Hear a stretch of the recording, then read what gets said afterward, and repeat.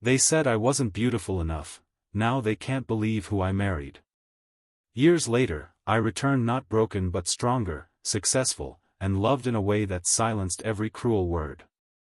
They said I wasn't beautiful enough. Those exact words have been etched into my memory since I was 16. My mother whispered them to my father one night, thinking I was asleep. My classmates repeated them behind my back like a cruel chant. Even my younger sister, Sarah, used to say it out loud when she wanted to hurt me. I grew up in a family obsessed with appearances. Sarah was the golden girl, blonde hair, perfect smile, adored by everyone. I was the one with braces, acne, and glasses. At family dinners, my father always introduced Sarah proudly, while I sat silently in the corner, pretending not to notice the way their eyes slid past me. The breaking point came on the night of my high school graduation. My father told one of his business partners on the phone that I was the ugly graduate, an embarrassment to the family name. I had been holding my cap and gown, ready to celebrate, when those words stabbed me deeper than anything I'd ever felt. The next morning, I confronted them. I told them I knew what they thought of me. Instead of apologizing, my father said coldly, "It's true. Sarah is the face of this family. You don't fit in." That night, I packed a single suitcase and walked out. No one called. No one stopped me. By the next week, my cousin told me my name had been erased from the family will. To them, I no longer existed. But to me, that was the beginning. The first year on my own was brutal. I rented a small room in a rundown apartment, worked 2 part-time jobs, and cried myself to sleep more nights than I can count. But somewhere in that struggle, something shifted. Their rejection no longer felt like the end of me, it became my fuel. I poured myself into my studies. Business administration during the day, waitressing at night, tutoring kids on weekends. Every insult I had ever heard, ugly, unwanted, useless, echoed in my mind, and I used it as energy to push harder. Slowly, my body changed too. The acne faded, I traded glasses for contacts, and I began working out as a way to release the anger. For the first time in my life, I looked in the mirror and didn't just see someone surviving, I saw someone becoming. By my mid-20s, I had built something no one in my family believed I could have, a financial consulting company of my own. What started as small projects grew into contracts with multi-million-dollar clients. Ironically, I even advised some of my father's competitors. I didn't chase beauty the way Sarah had. I chased strength, confidence, and independence. And strangely enough, those things made me more beautiful than I'd ever been. But there was one thing missing. Love. And love found me when I least expected it. It happened at a business conference in New York. I was presenting a case study on market expansion when I noticed someone in the front row who wasn't looking at the slides, but at me. Afterward, he introduced himself, Gabriel Vega, a real estate developer. Confident, charismatic, with eyes that seemed to see straight through me. We ended up talking long after the event ended. About work, yes, but also about family, childhood, scars, and survival. He told me he had also grown up in a family where appearances mattered more than feelings. He understood the quiet pain of never being enough. Our connection was instant, but it wasn't shallow. He didn't compliment my looks first. He praised my intelligence, my determination, my courage. That night, for the first time, I felt truly seen, not as the ugly sister, not as someone to be hidden away, but as a woman worth admiring. We started seeing each other regularly. Dinner turned into weekends, weekends into trips abroad. For the first time in my life, love didn't feel like begging for scraps, it felt like a partnership. Gabriel lifted me higher, but he also respected the empire I had built on my own. And then came the proposal. Not flashy or staged like my sister's Instagram-worthy moments, but private, sincere, under the city lights. He told me, "You were never not beautiful. They just couldn't see it." Those words healed a wound I had carried for years. I said yes. And love found me when I least expected it. The wedding was small but perfect, everything I had once dreamed of, but on my own terms. No fake smiles, no staged photo ops for social media. Just us, surrounded by true friends and the family I had chosen for myself. I wore a simple ivory gown, nothing like the designer dress Sarah had flaunted years earlier. But the way Gabriel looked at me made me feel like the most radiant woman in the world. Not because of the dress, not because of makeup, but because he saw me, really saw me. News of our marriage traveled fast. And soon, word reached my family. At first, I ignored the messages. My mother left a voicemail with a trembling voice. My father sent an email filled with carefully chosen words, more like a business letter than an apology. And then Sarah, she simply wrote, "Is it true?" I knew exactly what she meant. Not, "Are you happy?" Not, "How are you?" But, "Is it true you married Gabriel Vega, the man our family has been desperate to impress for years?" Because that was the irony. The man who chose me, the daughter they rejected, was now their dream son-in-law. And suddenly, they wanted me back. The invitation came in a gold-trimmed envelope. Sarah's handwriting on the front. Inside, it wasn't for her wedding this time, it was for a family dinner, a so-called reunion after more than a decade. They wanted to meet Gabriel. I laughed when I read it. After 10 years of silence, erasure, and rejection, they thought a dinner could erase it all? Still, I felt something tugging inside me. Not forgiveness, but a need to show them who I had become. Not with words, but with presence. Gabriel held my hand when I told him. "Do you want me to go?" he asked gently. I nodded. Not for them, for me. I need them to see. The dinner was at a luxury hotel ballroom, of course. The kind of place my father adored, where everything shimmered with chandeliers and artificial smiles. I walked in with Gabriel at my side, dressed in a deep red gown that matched the confidence I now carried. Heads turned. Conversations stopped. My parents froze when they saw me. My mother's fork clattered to her plate.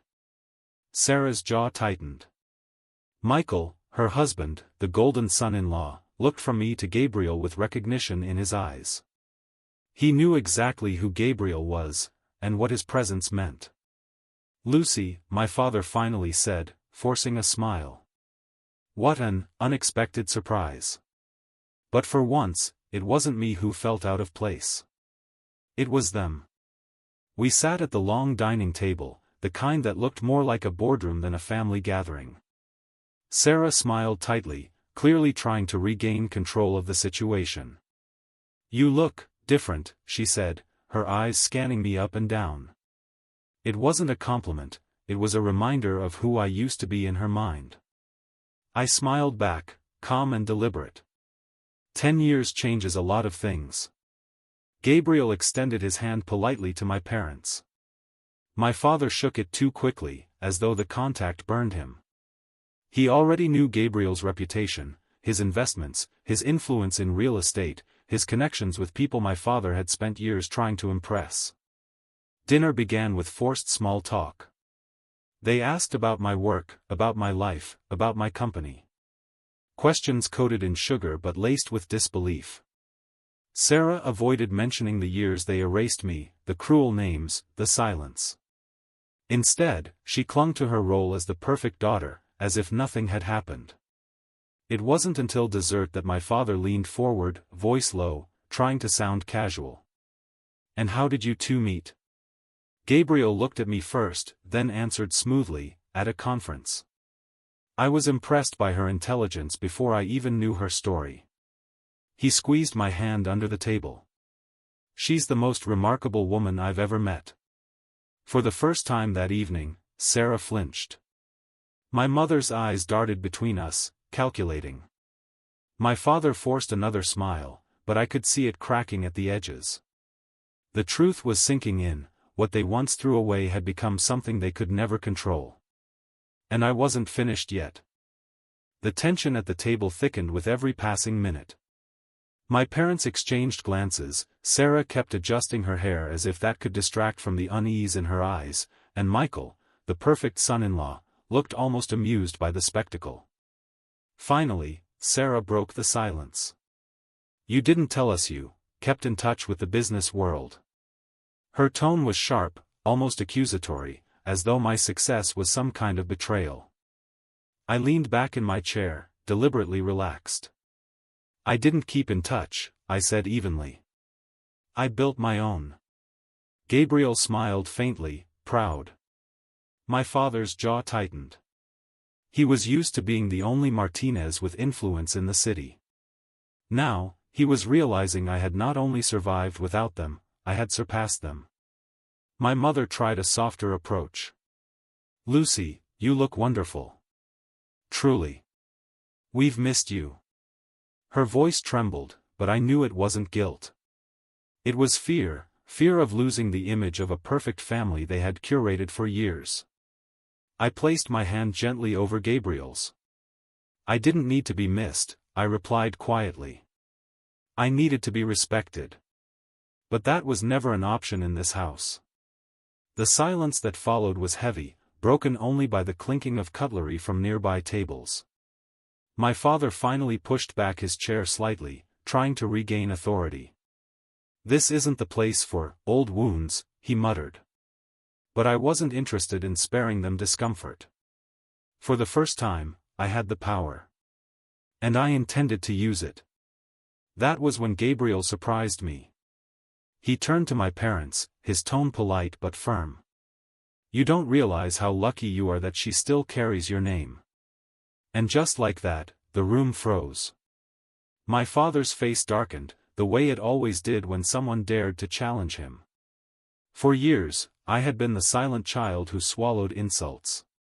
But now, sitting beside the man who loved me, I felt no fear. "Gabriel," my mother said quickly, her voice trembling, "we've always wanted the best for Lucy." I almost laughed. "The best?" I leaned forward, my voice steady but sharp. "You called me an embarrassment. You erased me from the will. You let me walk out at 18 and never once looked back." Sarah shifted uncomfortably in her chair, her hand tightening on her wine glass. Michael raised his brows as if enjoying a show he hadn't paid for. Gabriel's voice was calm but carried weight. "And yet, despite that, she became more than you could ever imagine.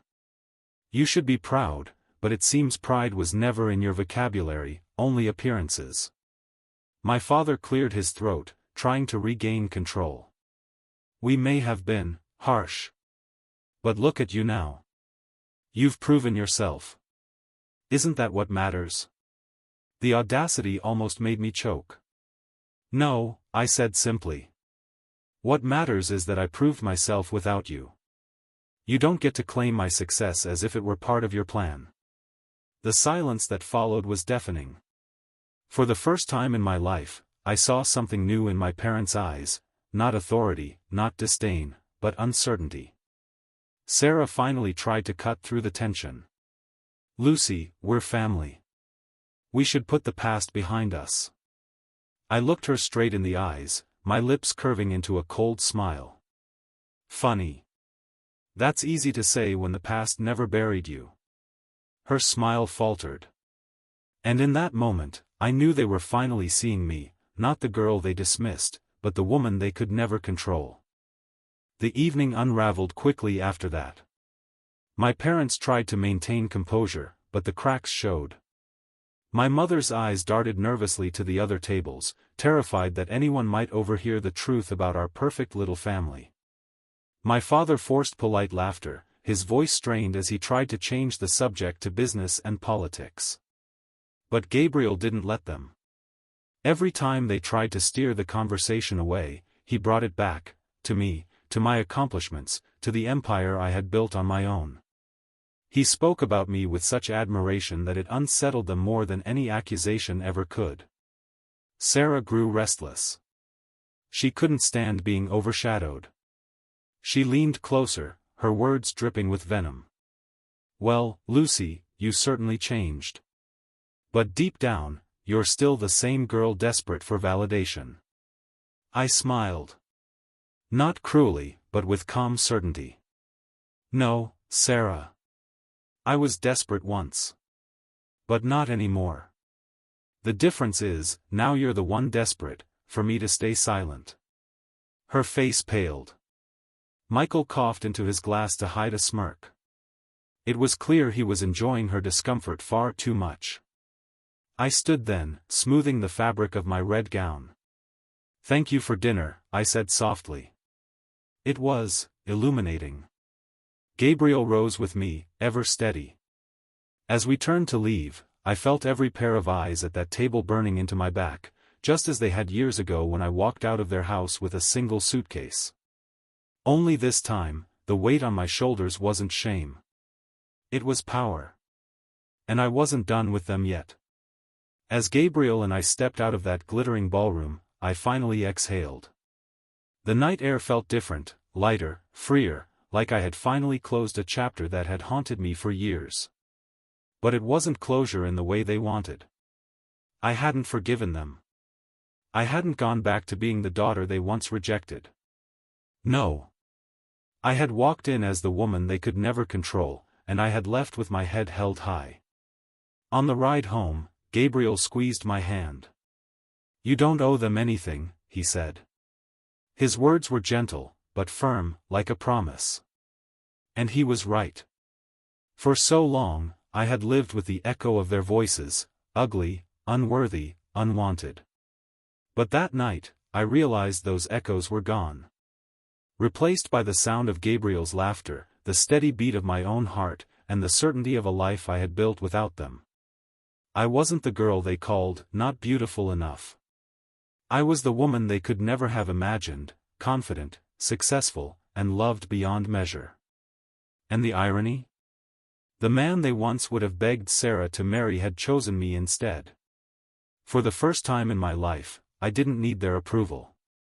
Because the only thing that mattered was that I finally saw myself as I truly was, enough. Always enough.